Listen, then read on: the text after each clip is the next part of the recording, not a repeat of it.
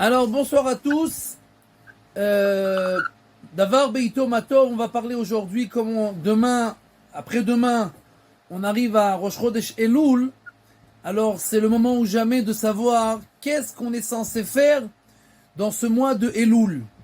Alors bien entendu, quand on parle de Elul, la première chose qu'on a le sentiment, c'est qu'on veut s'enfuir. Parce que Elul, c'est un peu le mois du stress. Euh, vous savez, on raconte une blague, on dit qu'il y a une fois, il y avait un narcomane et un lépreux qui étaient dans une cellule en prison. Et le lépreux, le pauvre, à chaque fois, il y avait un bout de son nez qui tombait, il jetait par la fenêtre, le doigt qui tombait, il jetait par la fenêtre, un bout du pied qui tombait, il jetait par la fenêtre. Et alors il jetait à chaque fois. Et alors le narcomane, il le regarde, il dit, toi, je t'ai très bien capté, t'es en train d'essayer de t'évader, doucement, doucement. Donc, il y a des gens qui essayent de s'enfuir de la réalité. Et souvent, qu'on apprend, vous savez, on dit que la Gemara, elle dit dans ma Masechet Shabbat qu'un âne, même un âne, il a toujours froid. Et la Gemara, elle dit que même au mois de Tammuz, l'âne, il a froid. Alors les commentateurs, ils posent la question, pourquoi en Tammuz? En Av et en Elul aussi, il fait très chaud. Il fait très chaud et donc, bien sûr que le fait qu'il a froid, hein, ça montre quelque chose de spécial chez l'âne qui a vraiment très froid même quand il fait chaud. Donc qu'est-ce que ça change que ce soit en Tammuz, en Av, en Elul? Et les commentateurs, ils disent que même un âne en Elul, il a chaud, tellement il a peur. Donc c'est pour ça qu'on dit qu'en Tammuz, parce qu'en Elul, même un âne, il a chaud. Il transpire. Parce qu'on travaille tellement en Elul que c'est pas possible. Et bien entendu, donc, il y a des gens qui veulent s'enfuir. Pourquoi? Parce que c'est un casse-tête.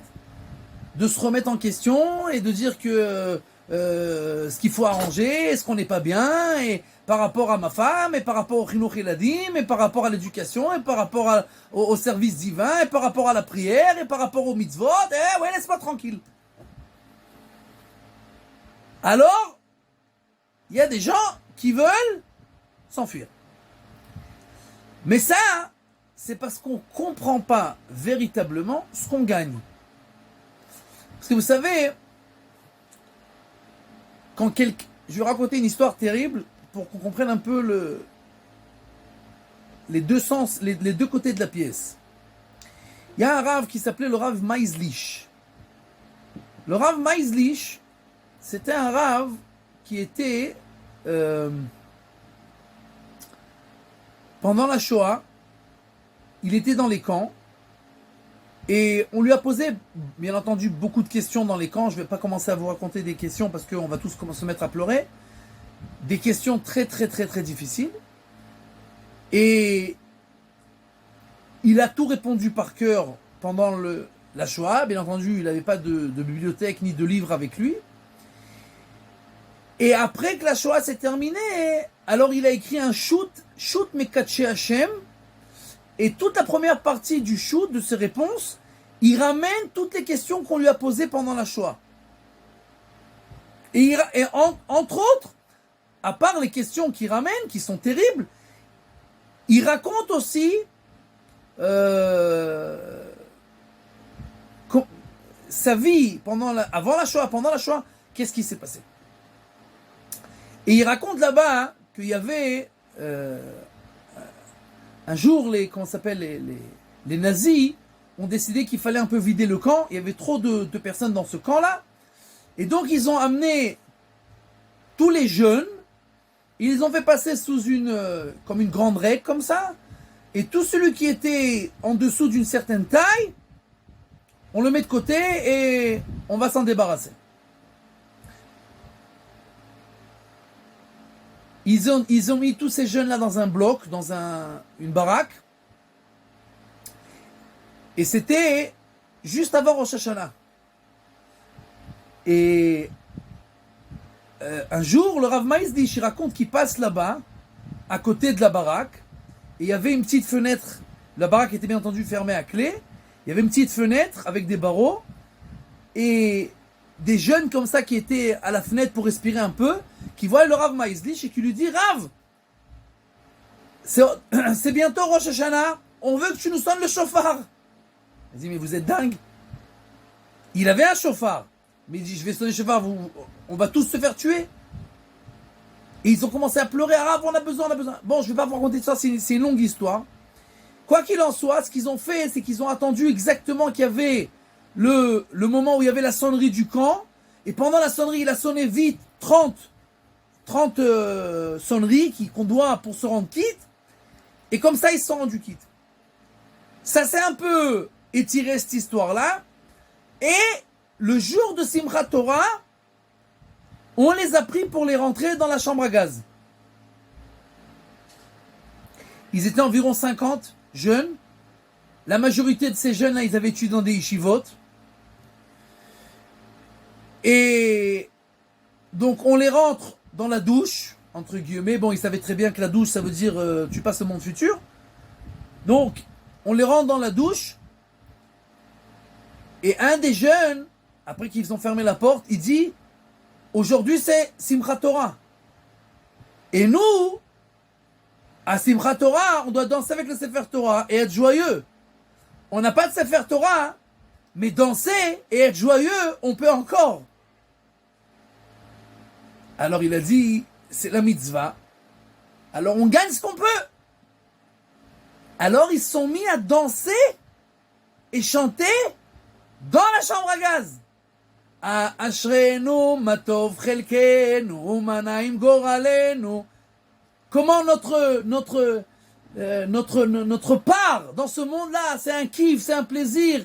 Quel mérite on a d'être juif. Ça, c'est le mérite d'être juif. D'être dans les chambres à gaz. Et ils chantent et ils dansent. Maintenant, l'officier dehors, il n'a pas l'habitude que dans les chambres à gaz, on fait des fêtes. On chante et on danse. Alors, il a entendu le bruit comme ça. Il a ouvert la porte. Il dit, pourquoi vous dansez? Qu'est-ce que vous êtes heureux? Vous savez ce qui va vous arriver dans quelques instants? Alors, celui qui avait dit qu'on va danser, il a dit, bien sûr qu'on sait ce qui va arriver dans quelques instants. Et c'est pour ça qu'on danse et qu'on est heureux. Alors, il dit, t'es dingue? Il dit, non. Vous voulez que l'on souffre. Nous, on va maintenant finalement retrouver nos parents, notre famille. Alors, on est les hommes les plus heureux du monde. On va finalement se débarrasser de vous. On va finalement arrêter de souffrir et retrouver notre famille. Alors, on danse et on est heureux. L'officier lui dit, ah, tu crois que tu vas retrouver ta famille, c'est pour ça que tu es heureux? Il n'y a pas de problème, tout le monde dehors. Tout le monde dehors. Il les a fait sortir. Le lendemain, il y avait un camp à côté où ils avaient besoin de jeunes pour un travail physique. Ils ont pris tous les 50 et tous les 50 ont été sauvés et ils ont passé la Shoah. Le Rav Maïzlich, il raconte cette histoire-là. Et il dit, quand on comprend ce qu'on a dans la main, quand on comprend ce qu'il y a à la fin, alors rien n'est dur. Et ça vaut tous les prix du monde et on ne sent pas le prix. C'est comme une femme enceinte. Une femme enceinte, ouais. Combien elle souffre. Et le poids qui monte. Et les veines. Et les contractions. Et la fatigue. Mais pourquoi tu fais ça? Mais alors pourquoi tu fais ça? Aujourd'hui, il y a des gens qui n'amènent plus d'enfants. Pourquoi? Faut être fou. Vous savez, la Gemara, elle dit qu'une femme, après qu'elle accouche, elle doit amener un korban, elle doit amener un sacrifice, korban khatat. Pourquoi? Parce qu'elle jure, quand elle accouche, qu'elle amènera plus d'enfants. Tellement elle souffre, elle jure qu'elle ramènera plus d'enfants. Donc elle amène un korban, parce qu'après elle amène encore des enfants. Alors elle doit amener un korban, un sacrifice, parce qu'elle a fait un faux serment. Alors moi j'ai dit une fois, je vais poser la question à ma femme. Elle a un peu l'habitude des naissances, et donc elle connaît un peu. Je lui ai posé la question. Alors je lui ai dit, dis-moi, quand tu es en train d'accoucher, tu jures quelque chose? Elle me dit, mais est-ce que tu es complètement fou? Est-ce que tu crois que pendant que j'accouche, j'ai le temps de réfléchir à quelque chose ou de jurer quelque chose? La seule chose que je pense, c'est que c'est la dernière fois que je fais ça. Je dis, bon mec, c'est exactement ce que nos sages ont dit. Ça va, c'est bon. Il faut être dingue pour emmener des enfants. Et pourtant, la femme, elle est prête à faire le sacrifice. Pourquoi? Tu lui dis, mais tu souffres. Je souffre pas. T'as mal. J'ai pas mal. Enfin si, j'ai mal, mais ça passe. Je sens pas. Pourquoi? Parce que je sais où j'arrive. Je sais ce qu'il y a à la fin.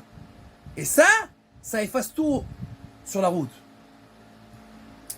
Quand quelqu'un comprend ce qu'il a dans la main au Chodesh Elul, le mois de Elul, tout s'efface. Il a plus mal, il a plus peur. Le travail lui fait pas peur. Le fait de se repentir lui fait pas peur. Rien, il a peur.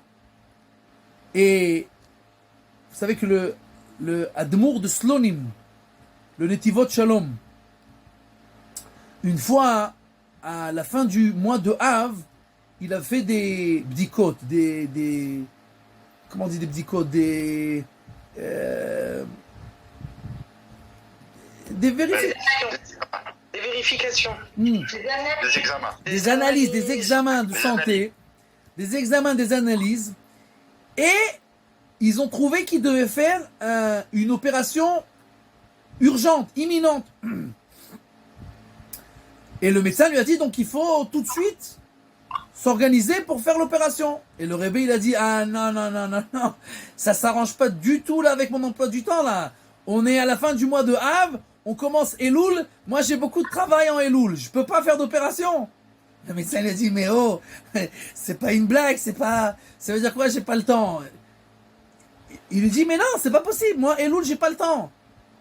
Elul, je travaille. J'ai beaucoup de travail personnel et général à faire. Bon, le médecin, il réfléchit, il fait des calculs, il vérifie, il dit, tu sais quoi, on peut repousser d'un mois, mais il faut que tu fasses un régime comme ça et comme ça, et il faut que tu te comportes comme ça et comme ça, et tu fais très attention, etc., etc., etc. Il dit, il n'y a pas de problème. Après le mois de Elul, après les fêtes, le Rav, il revient pour refaire les examens avant l'opération. Le médecin, il fait les examens, il voit, il dit, oh, Rebbe, le temps a joué en ta faveur.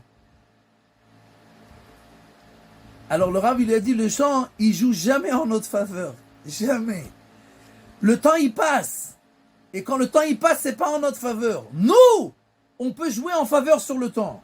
Nous, on peut influencer sur le temps qui passe. Mais le temps, jamais il influence sur nous. Les Tova, jamais. Dans le bien. Il a dit, et c'est pour ça il faut comprendre, le Chodesh Elul, quelqu'un, il peut transformer toute sa vie. Et physiquement, et spirituellement, tout peut changer chez lui dans sa vie, dans le mois de Elul. Donc quand quelqu'un comprend ça, alors, le travail devient beaucoup plus facile. Et en fait, c'est quoi le Chodesh Elul? Vous savez, le peuple juif a fait le Egel Hazav. Ils ont fait le veau d'or. Après le veau d'or, Moshe Rabbeinu monte de nouveau sur le mont Sinaï pour demander pardon à Kadosh Baruch Hu, au nom du peuple juif. Quand il redescend, tout le monde est stressé, tout le monde attend. Alors, qu'est-ce qu'il a dit? Moshe Rabbeinu, il dit rien. Vayakel Moshe et kol hadat ben Israël, vayomer alehem. Donc il assemble tout le monde et il leur dit deux choses. Un, il leur dit il faut Sheshet Yamim ta'avod, v'astakom elartecha, b'shvit tishbot, il faut faire Shabbat. Deux, Vayakel, il faut construire le Mishkan. J'ai vu chez le Rav Nevensal qui pose la question et qui dit, je comprends pas, une minute. Quand tu étais dans le ciel, Dieu il t'a dit des choses très très importantes. Il t'a dit, Salarti kitvarecha, j'ai pardonné. Il t'a dit, Shlosh midot harachamim. Il t'a dit, Veshalarti malach lefanecha, je vais envoyer un ange devant toi, je vais continuer à être avec vous, je vais pardonner. Oh, le peuple juif, il attend, il est stressé. Tu peux pas attendre 2 minutes pour raconter ces 2 mitzvot là. Dis-leur d'abord, c'est bon, restez calme, Dieu il a dit, c'est bon, il a pardonné, Dieu il a dit, c'est bon, on continue. Et après, il faut faire Shabbat, il faut construire le Mishkan. Le Rav Nebenzahl, il dit, le peuple juif, il est stressé, pourquoi ? Parce qu'il ne comprend pas. Comment je suis tombé ? Il y a 5 minutes, j'ai reçu les Luchot Abrit, j'ai reçu les tables de la loi, j'ai eu le plus grand dévoilement divin qui ait eu de tous les temps, et 5 minutes après, je vais et je fais le veau d'or. Comment on est tombé de si haut à si bas ? Mais ça, c'est pas la question du peuple juif, c'est notre question à nous. On peut être à Yom Kippour et 5 minutes après à faire des bêtises. Comment tu tombes de El, Nora, Lila, pendant la Neila, 5 minutes après tu vas voir un film, tu vas faire des bêtises. Comment ça marche ? Alors le peuple juif, il est stressé en tant que peuple. Et il attend, pas seulement de savoir que Dieu il a pardonné. Il attend de savoir comment on fait pour que ça ne se renouvelle pas. Moshe Rabbeinu, qui était le plus grand des psychologues de tous les temps, il descend et dit, oh, Shabbat et Mishkan, vous savez pourquoi vous êtes tombés ? Parce que vous courez. Parce que vous ne réfléchissez pas. Parce que vous ne vous arrêtez pas. C'est quoi Shabbat ? Le Midrash nous dit, dans la Psikta, Lo nitnu Shabbatot v'yom tov Israël, ela lilmod bahem Torah. Shabbat, on arrête le temps. Toute la semaine, on court, Vastakom el Artecha, on court, on n'a pas le temps de réfléchir. Shabbat, tu t'arrêtes. Et alors, t'étudies. Et alors, tu réfléchis. Est-ce que je fais ce qui est écrit ? Est-ce que je suis dans la direction que Dieu veut que je sois ? Tu t'arrêtes dans le temps. Le Mishkan, c'est tu t'arrêtes dans l'espace. Le monde, il est dingue aujourd'hui. Le monde, il est fou. Mais c'est pas qu'aujourd'hui, c'est dans toutes les générations. Aujourd'hui, plus que dans toutes les générations. Mais c'était tout le temps comme ça. Mon cher Rabbeinu, il dit, il faut se déconnecter. Aujourd'hui, les gens, ils ont les smartphones. Moi, j'appelle smartphones. C'est pas smart. Les gens, ils deviennent dingues. Ils deviennent fous. Tu vois les gens dans la rue, des zombies. Tu peux parler avec personne. Tu peux être 10 minutes, un quart d'heure à côté de quelqu'un. La semaine dernière, j'étais à côté de quelqu'un. Un quart d'heure, je le regarde. Comme ça, je le regarde. Rien. Il lève pas les yeux. Des zombies. Le monde, il est fou. Alors aujourd'hui, on dit connect to enjoy. Connecte-toi pour kiffer, pour avoir du plaisir. Mon cher Rabbeinu, il vient et dit disconnect to enjoy. Déconnecte-toi, sors, oublie le monde, rentre au Beth Midrash, rentre à la synagogue, rentre au Mishkan. Arrête-toi dans le temps, arrête-toi dans l'espace. Déconnecte-toi et réfléchis. On tombe parce qu'on ne réfléchit pas. Pzizout, mais à Satan. Comment le Bnei Israël va Yar Ha'am ki boshesh Moshe. Ils ont vu que Moshe il est en retard. Yalla, vite, fais-nous un Hegel. Oh, 1 minute. T'attends encore 6 heures. T'as attendu 40 jours. Attends encore 6 heures, Moshe il revient. Pzizout, mais à Satan. Le Satan, son arme la plus ultime. Vite, réfléchis pas. Vite. Et alors, tu peux sortir de Kippour et un copain il te dit viens on va en boîte. Oh, réfléchis 1 minute. Ce que tu viens de dire, ce que tu viens de faire, ce que tu as réfléchi, c'est quoi tes conclusions? Tu réfléchis pas. Allez vite. Mon cher Rabbeinu il dit arrête-toi. 1 fois par semaine. Arrête-toi. Sors de ce monde-là, rentre aussi à la synagogue, au Beth Midrash. Alors tu ne tromperas plus. Le Chodesh Elul. Pourquoi les Chachmei HaKabbalah, ils disent que dans ce mois-là, on peut réparer toute l'année? Tout simplement parce que ce mois-là, c'est ce qui était censé faire toute l'année. Le Cheshbon Nefesh, l'introspection qu'on est censé faire pour se réparer C'est toute notre vie qu'on est censé faire ça. Mais on n'a pas le temps. Et il y a des gens que pendant le Chodesh Elul, ils n'ont toujours pas le temps. Et ils continuent. Et la vie est belle. Vous savez ce qu'il y a écrit? Il y a écrit que à Rosh Hashanah, Kol Ba'er Olam Ovrim Lefanav Kivne Maron. La Gemara dans Masechet Rosh Hashanah, elle dit que tous les êtres humains, ils passent devant Akadosh Baruch Hu à Rosh Hashanah comme les Bnei Maron. La Gemara, elle donne plusieurs explications. Une des explications, Kivne Amrana. Rashi explique, c'est quoi Kivne Amrana? C'est que quand on faisait le Maaser Behema, on prenait un dixième des animaux qui étaient nés cette année-là. Comment on faisait? On mettait une porte ronde et on faisait passer les animaux un par un. Et le dixième, on lui mettait un pinceau rouge. Et il était Maaser.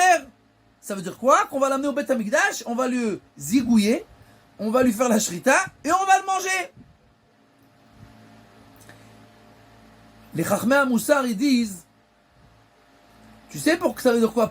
Pourquoi la parabole que la Gemara nous dit, c'est qu'à Rosh Hashanah, on passe comme le Maaser Behema. Tu dis, on passe devant Akadosh Baruch Hu un par un. Pourquoi tu donnes une parabole? On passe comme le Maaser Behema. Pourquoi? J'ouvre une parenthèse, rappelez-moi de revenir. Il y avait, il n'y a pas longtemps, dans un des Chevra Kadisha, dans un cimetière, que quelqu'un est venu se plaindre aux roches de la Chevra Kadisha, ceux qui s'occupent d'enterrer les morts. Il vient se plaindre au directeur. Il dit, moi, c'est quoi cette histoire-là, à dormir debout, là? Moi, je suis revenu de l'enterrement de mon père, et je suis rentré pour payer ce qu'il faut payer pour l'enterrement.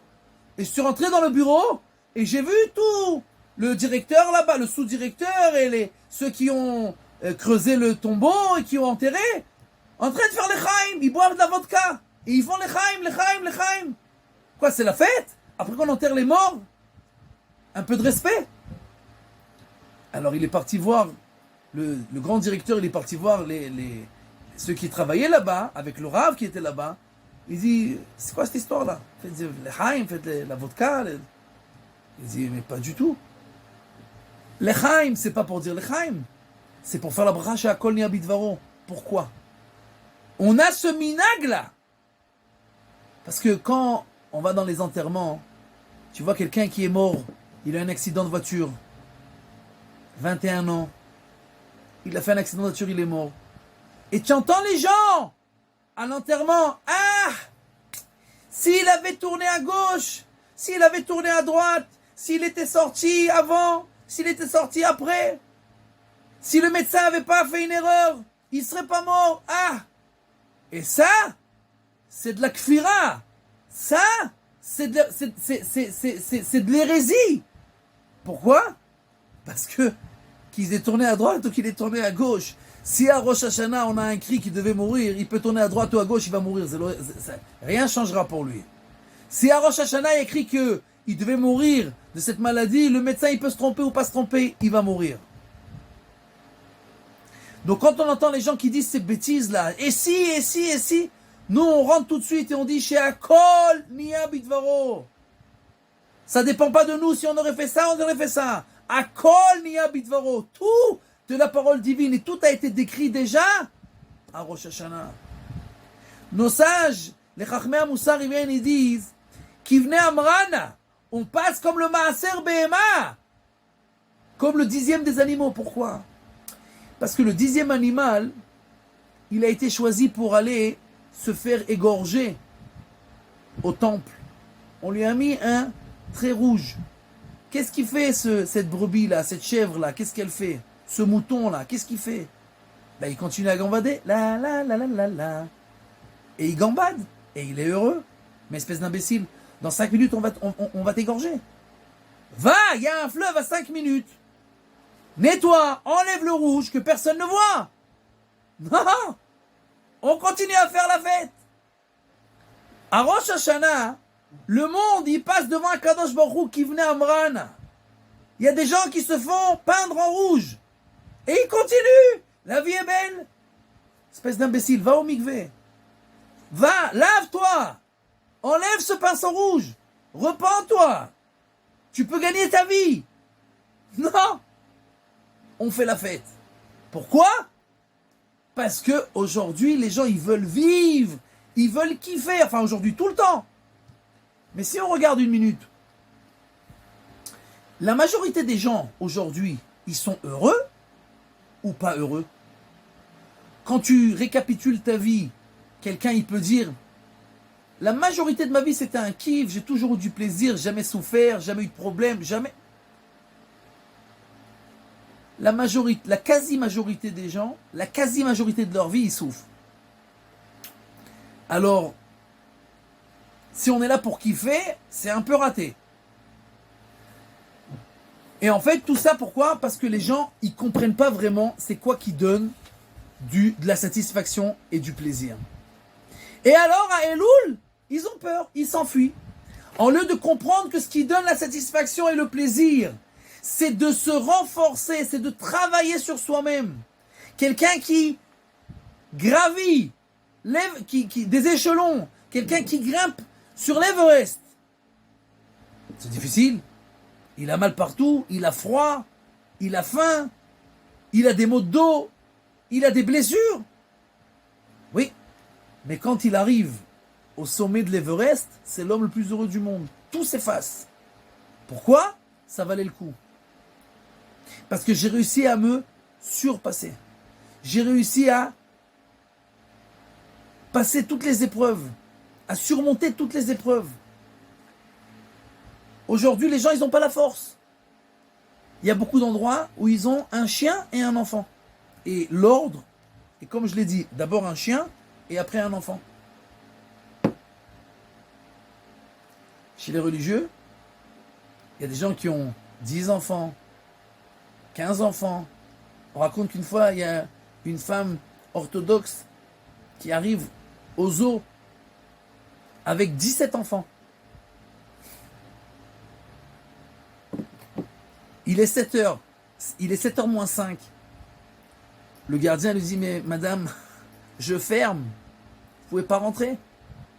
Alors elle dit, mais non. On nous a dit qu'il y a une nouveau gorille. Les enfants ne peuvent pas rater le gorille. Ils peuvent pas rater ça. Ils sont obligés de voir le nouveau gorille. Il dit, madame, gorille, pas gorille. Mais, c'est l'heure, je ferme. Il dit, mais les enfants, j'ai amené tous les enfants, ils peuvent pas rater le gorille. Alors tout d'un coup, il regarde, il voit tous les 17. Il dit, mais quoi, tout ça, c'est à vous? Alors elle dit, oui. Alors il ouvre la porte et il les fait rentrer. Le directeur, il arrive, en courant, il dit, mais qu'est-ce que tu fais? C'est l'heure, il faut fermer. Alors il dit, non, mais ça va pas ou quoi? Le gorille peut pas rater ça. Il peut pas rater ça, le gorille. Il y a 17 enfants. Alors, quelqu'un qui a... Aujourd'hui, les gens, ils ont un chien et un enfant. Il suffit que ton enfant, ce fils-là, cette fille-là, il te respecte pas, t'as rien dans ta vie. Quand t'en as 17, même t'en as 5 ou 6 qui t'oublient et qui vont à Honolulu, il t'en reste encore 10 ou 12 qui te respectent et qui sont à côté de toi. Et alors t'as la fête toute ta vie. Entre les britot, les bar mitzvot, les bat mitzvot, les irousin, les chatunot, yesh li yom yom chag, yesh li chag yom yom. Toute ta vie t'es en train de faire la fête. Toute ta vie. Et en fait, notre travail essentiel aujourd'hui en Elul, c'est pas un travail dépressif. C'est le travail d'aller contre le courant. Aujourd'hui, le courant dans la vie, il y a une explication en hébreu qui dit, quand tu poses la question à quelqu'un, comment ça va? Zormim. Zormim. Vous savez c'est quoi Zormim? Zormim, ça veut dire, comme on est dans un fleuve et que le fleuve il coule, on coule. Zormim. Donc vous savez, les seuls qui zormim, qui coulent dans le fleuve, c'est les poissons qui sont morts. Les poissons qui sont morts, ils vont avec le fleuve. Comment tu sais si un poisson il est vivant ou il est mort? Si tu vois qu'il va contre le courant. Si tu vois un poisson qui va contre le courant, ça veut dire qu'il est vivant. S'il va avec le courant, ça veut dire qu'il est mort. Aujourd'hui, notre travail en Elul, c'est de ne pas être des gens qui sont morts. Aujourd'hui, l'humanité est morte. Tout le monde va avec le courant. On réfléchit pas, on s'arrête pas, on n'essaie pas de comprendre est-ce qu'il y a un but à notre vie, est-ce qu'il faut faire des efforts sur quelque chose. Rien. Zormim. Cool. On veut pas faire d'efforts, pas d'enfants, on veut rien. On veut kiffer. Et à la fin, ils kiffent même pas. Et à la fin, les gens, ils souffrent. Alors en fait, le mois de Elul, c'est le mois où on va gagner notre vie. Parce que les gens, toute leur vie, ils perdent toute leur vie. D'accord? Et vous savez, on dit dans Shirachirim, quelque chose d'extraordinaire. On dit Al Mishkavi Balelot, et une minute je le trouve.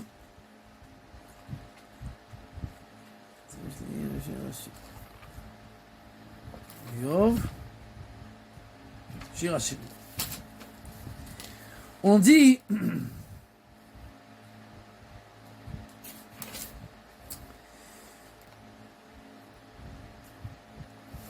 Al Mishkavi Balelot Bikashti Et She'ava Nafshi Bikashti Velo Metzativ.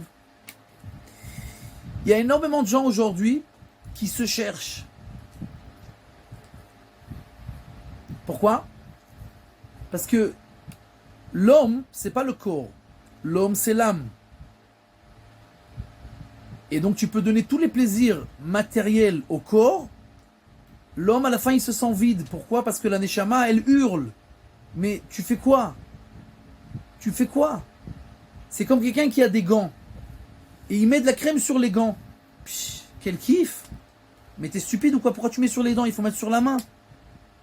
Donc quelqu'un qui fait du kiff sur son corps, c'est un neshama qui a besoin. Tu peux donner autant d'eux. Et c'est pour ça qu'aujourd'hui, les gens, ils n'arrêtent pas une seconde d'inventer des nouveaux plaisirs. Pourquoi? Mais parce qu'ils n'ont jamais vraiment plaisir. Ils ont des plaisirs momentanés et la neshama, elle hurle après, ça suffit pas. C'est pas ce que j'ai besoin. C'est comme si tu donnes à une fille d'un roi, tu donnes à la fille d'un roi un hamburger. Mais ça va pas ou quoi? À la fille d'un roi, on donne des choses délicates, du canard à l'orange, des trucs comme ça. Alors, tu peux donner à ta neshama, c'est une bat melech. Ta neshama, c'est la fille d'un roi. Tu peux lui donner des ch'touillottes, tu peux donner des bêtises. Mais ça la réjouit pas. Alors, quand est-ce que l'homme, il commence à réfléchir, est-ce que je suis satisfait ou pas? Ben, quand il arrête de courir. C'est quand il arrête de courir? Al Mishkavi Balelot. Quand quelqu'un il s'allonge le soir, Bikashti et She'ava Nafshi. Je cherche ce que mon âme, mon intérieur, il hurle, il crie. Ça suffit pas. Bikashtiv Velo Metzativ. Je trouve pas. Et alors qu'est-ce qu'il fait le lendemain? Eh ben il rebelote, il recherche. Akumana va sauver Vabaïr. Je vais tourner dans les canyonim, dans les revotes. Je vais aller au cinéma, je vais aller en discothèque, à Vaksha et partout. Je vais aller en Inde, je vais aller au Tibet, je vais aller au Népal, je vais aller partout. À Vaksha et She'ava Nafshi. Je cherche que mon âme, elle... Bikashti velo metzativ. Tous les soirs, je me recouche et l'âme, elle dit, oh, c'est pas ça, c'est pas ça. Et il recherche, et il recherche. Metzaouni hashomrim, asovevim ba'ir. Les gardiens de la ville m'ont trouvé. La Gemara dans Maseret Sanhedrin nous dit que les gardiens de la ville, c'est les rabbanim. Qui par leur Torah, ils gardent la ville. Alors, les gardiens m'ont trouvé. C'est qui les gardiens? Je suis rentré par erreur à un cours. Il y avait une conférence. On m'a dit que c'était intéressant. J'avais rien à faire. Et She'ava Nafshi Reitem, après que j'ai vérifié partout, en Inde, au Népal, dans les boîtes, etc. Peut-être, chez vous les religieux, monsieur le rabbin, Et She'ava Nafshi, vous savez qu'est-ce qui peut me rendre heureux? Kim'at she'avarti mem. La différence entre quelqu'un qui va à un cours et qui se réveille et son copain qui va être à côté de lui qui va dire ah, C'est des bêtises. C'est un fil.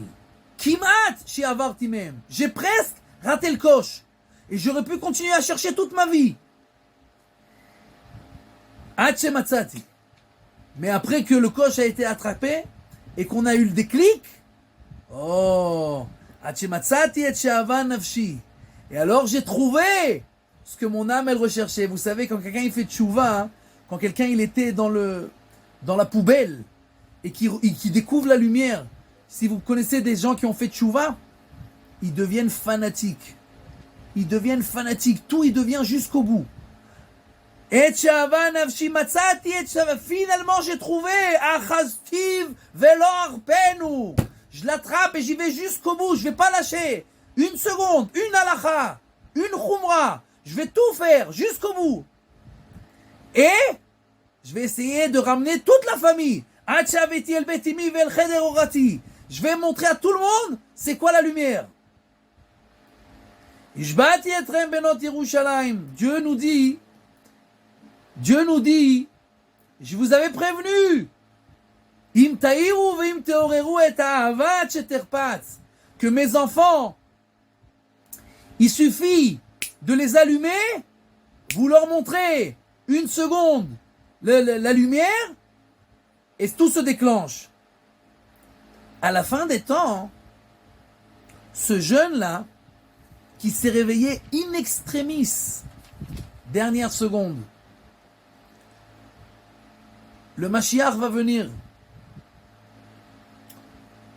Ses copains le voient aller avec le Mashiach main dans la main. Alors ils vont dire, Mizot Olam min hamidbar.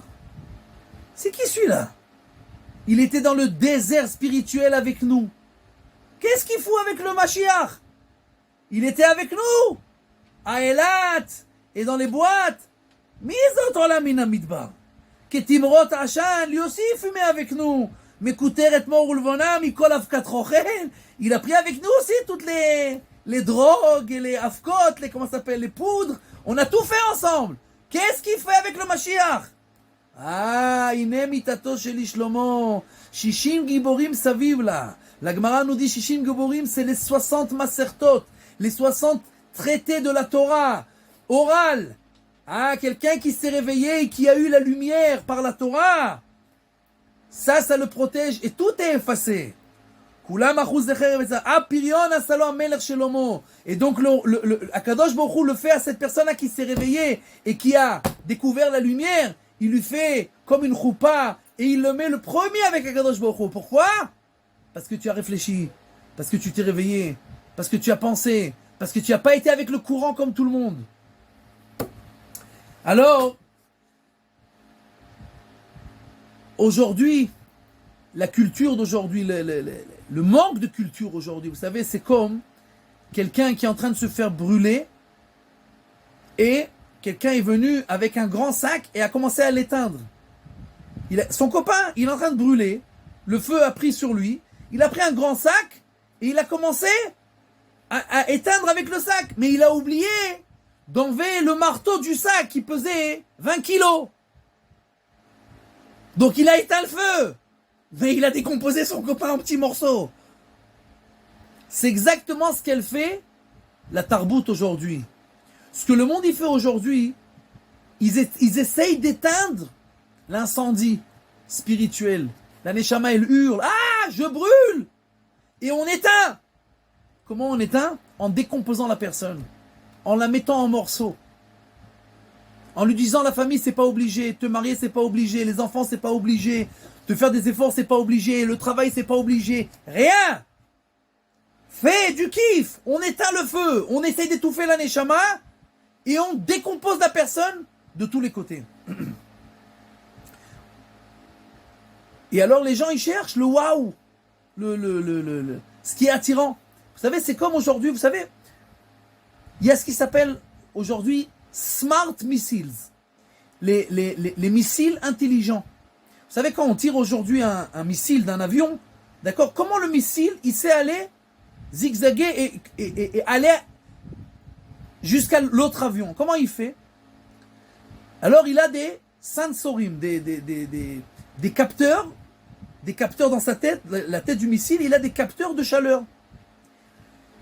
Et en fait, dès qu'on tire le missile, il se branche sur la chaleur du moteur de l'autre avion, et donc il suit l'avion.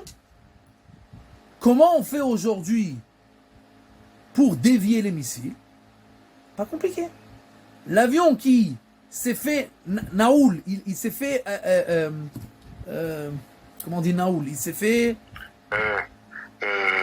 Fixé par le. voilà. Il s'est fait fixer par le missile. Voilà, l'autre missile, il s'est fixé sur lui. Comment l'avion il fait pour se débarrasser de ce missile?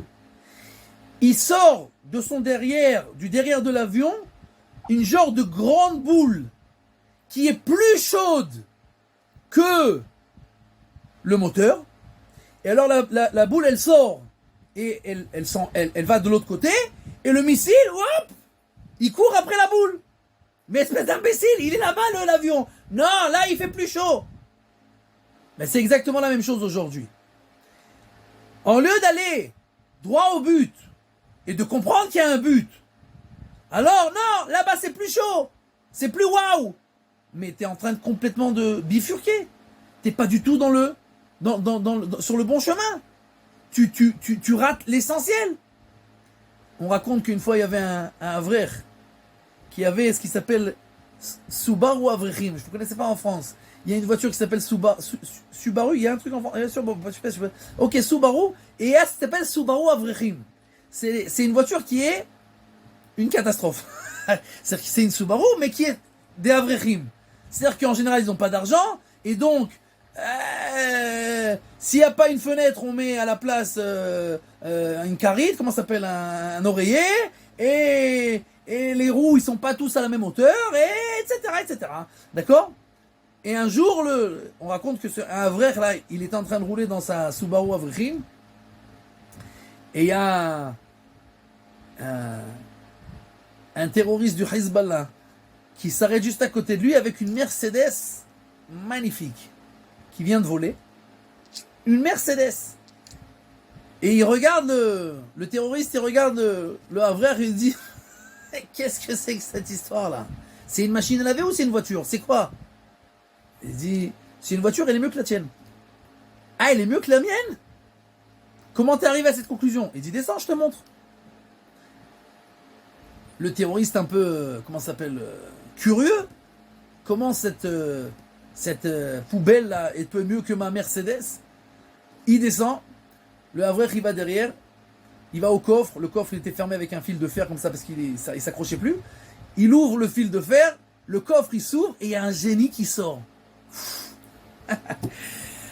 Le Hezbollah il est c'est pas possible.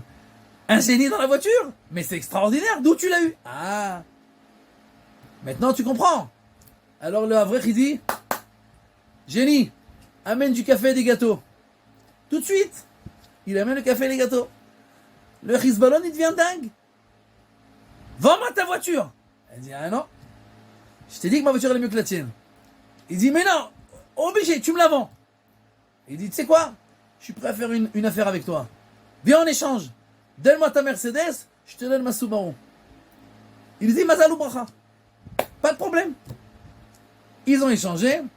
Le Hezbollah, il arrive dans son village, tout le monde se fout de lui, il lui jette des pierres, etc. Et il dit à tout le monde, allez, venez. Venez tous sur la grande place, vous allez bientôt arrêter de rigoler. Venez tous. Ils arrivent tout le monde, et tout le monde rigole. Et puis, il ouvre le coffre, le génie, il sort. Tout le monde, c'est pas possible, un génie. Il dit, maintenant, vous rigolez moins. Le Havrer, il n'est pas très intelligent, de m'avoir donné sa bagnole. Avec le génie. Il dit, génie, première demande. Je veux que tu me ramènes ma Mercedes du Havrer. Alors le génie dit, désolé, il vous a pas dit, je fais que du café et des gâteaux. Je fais rien d'autre. Alors, des fois, cette histoire, c'est pour montrer que des fois, on est prêt à échanger. On a le monde entier dans la main.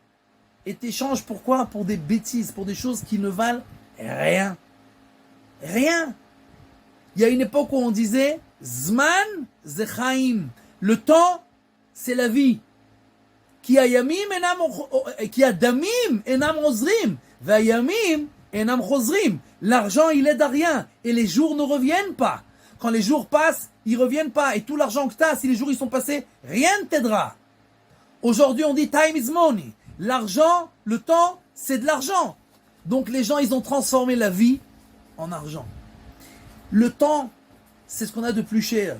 Quand on arrive à Rosh Chodesh Elul, c'est le moment de comprendre qu'on a dans nos mains la chose la plus chère du monde, qui est le temps dans lequel on est censé réfléchir pour pas rater le coche, pour pas aller après la boule qui est brûlante, mais c'est pas du tout la bonne direction.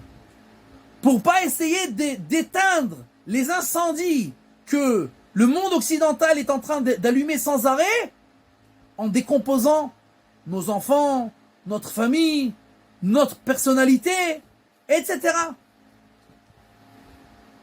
Et parce qu'aujourd'hui, c'est la chevra, comment dire la chevra, La société. la société qui dicte tout. Nous, on décide rien. Quel téléphone tu vas avoir, comment tu vas t'habiller, où tu vas aller en vacances. Tout, c'est la société qui décide. Nous, on va après la société. D'accord? Donc, le mois de Elul, c'est le mois où on doit se renforcer en Torah et en Tfila. Aussi en Tfila. C'est pour ça qu'on a les Slichot. Rabbi Yosef Ovadia, il dit que les Avrichim, ils sont ptourim de faire les Slichot. Pourquoi? Parce qu'ils étudient la Torah. Rabbi Shalom Messas, il dit pas du tout. C'est l'essentiel. Et on va être fatigué, Nahon. Mais dans toutes les générations, c'était comme ça. Et un Avrer, il doit se repentir aussi. Et un Avrer, il doit prier aussi. Et un Avrer, il doit sentir aussi qu'il est en Chodesh Elul. Alors il sera un peu plus fatigué. Mais il faut prier. D'accord? Donc c'est le mois où on doit prier sur nous-mêmes. Sur notre famille, sur nos enfants, sur l'éducation, sur le shlom bayit, sur la femme, sur les parents, sur que j'arrive à étudier et à comprendre qu'est-ce qui est essentiel dans la vie. Pourquoi? Pas pour être stressé, pas pour être en dépression, mais l'inverse, pour pouvoir kiffer toute ta vie. Pour pas être comme ces gens-là qui terminent leur vie à 90%, ils ont souffert. Alors que tu peux donner un sens à ta vie, à chaque instant de ta vie, à chaque moment. Et il faut savoir, aujourd'hui, le Chafetz Chaim, il dit, aujourd'hui, vous savez, c'est comme, il donne une parabole à ce qui se passe aujourd'hui.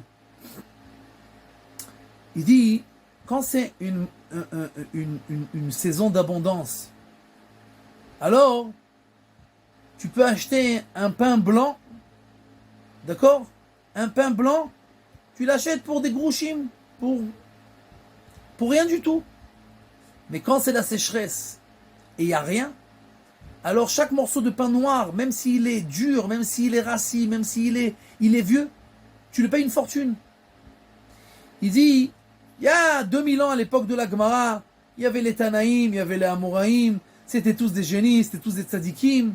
Alors, il fallait faire des grandes mitzvot pour que dans le ciel, on donne de l'importance à ça. Aujourd'hui, on est dans un monde tellement dingue que quelqu'un qui est encore religieux, quelqu'un qui réussit à se renforcer dans une mitzvah, dans une fila, dans une petite chose, aujourd'hui dans le ciel, ça n'a pas de prix. Parce que c'est une sécheresse tellement grande aujourd'hui. Le monde, il est tellement matériel, tellement contre tout ce qui est spirituel, travail, etc. Donc, quand on se réveille pour n'importe quelle chose, il faut savoir que ça n'a aucun prix dans le ciel aujourd'hui. Parce qu'on est dans une génération de sécheresse totale. D'accord? Alors si on peut se renforcer dans encore une chose, encore une tfila, encore une mitzvah, encore un peu de limud Torah, encore un peu de kibbudorim, encore un peu tout. Aujourd'hui c'est très difficile. Le Maharim Mibelz, il y a 200 ans, il a dit, 150, 200 ans, 150, il a dit que à l'époque du Mashiach, c'est-à-dire aujourd'hui, d'accord, de faire grandir des enfants qui resteront religieux, c'est plus difficile que Akedat Yitzhak. Et on voit ça aujourd'hui. Avec toutes les tentations qu'il y a dans le monde, et tout ce que le monde te donne, et te met devant toi, et te permet, et t'amène à faire sans arrêt ce que tu veux. Bichlal, d'essayer de réfléchir, d'essayer de faire quelque chose qui est contre le courant. C'est Kriyat Yam Souf. C'est fou. Donc nous, on doit se renforcer les gens autour de nous. Chacun ce qu'il peut. Et tout ce qu'on peut, c'est extraordinaire. Pourquoi? Parce qu'on est dans un moment de sécheresse. Et si déjà, Bichlal, on réfléchit, et on croit, et on comprend qu'on doit changer, et qu'à la fin, il n'y a que nous qui allons gagner. Parce qu'il n'y a que nous qui donnons un sens à chaque instant de notre vie, et alors en fait, ça devient un grand puzzle. Et tout s'imbrique l'un dans l'autre, et tout devient à la fin comme une naissance. Et tous les moments qui étaient un petit peu difficiles, à la fin, c'est pas grave. Tout s'efface dans la naissance, et à la fin, on est arrivé au sommet de l'Everest. On a des petits soucis sur la route, mais c'est pas grave, on se renforce tout le temps parce qu'on sait qu'on est sur la bonne direction. Et alors, même quand on a mal, on se sent bien. Même quand on a des difficultés, on sait qu'on est bien. On a de la satisfaction parce qu'on travaille. Les gens aujourd'hui, ils travaillent pas, ils n'ont pas de satisfaction. Nous, Chodesh Elul, on arrive pour être les gens les plus heureux du monde. Pas dépressifs. Les gens les plus heureux. On travaille, on se renforce, on corrige, on monte et on arrive au sommet de l'Everest. C'est tout pour aujourd'hui. S'il y a des questions. Zach. D'accord. Bravo. Non, il n'y a pas de question maintenant. Il faut juste... Commencer à travailler. Voilà. Il faut travailler maintenant, il faut bosser. Ça, c'est la chose la plus dure. Il faut se renforcer. Ouais. Ezrat Hashem. Aval, tu as dit à un moment donné. Alors, Ken.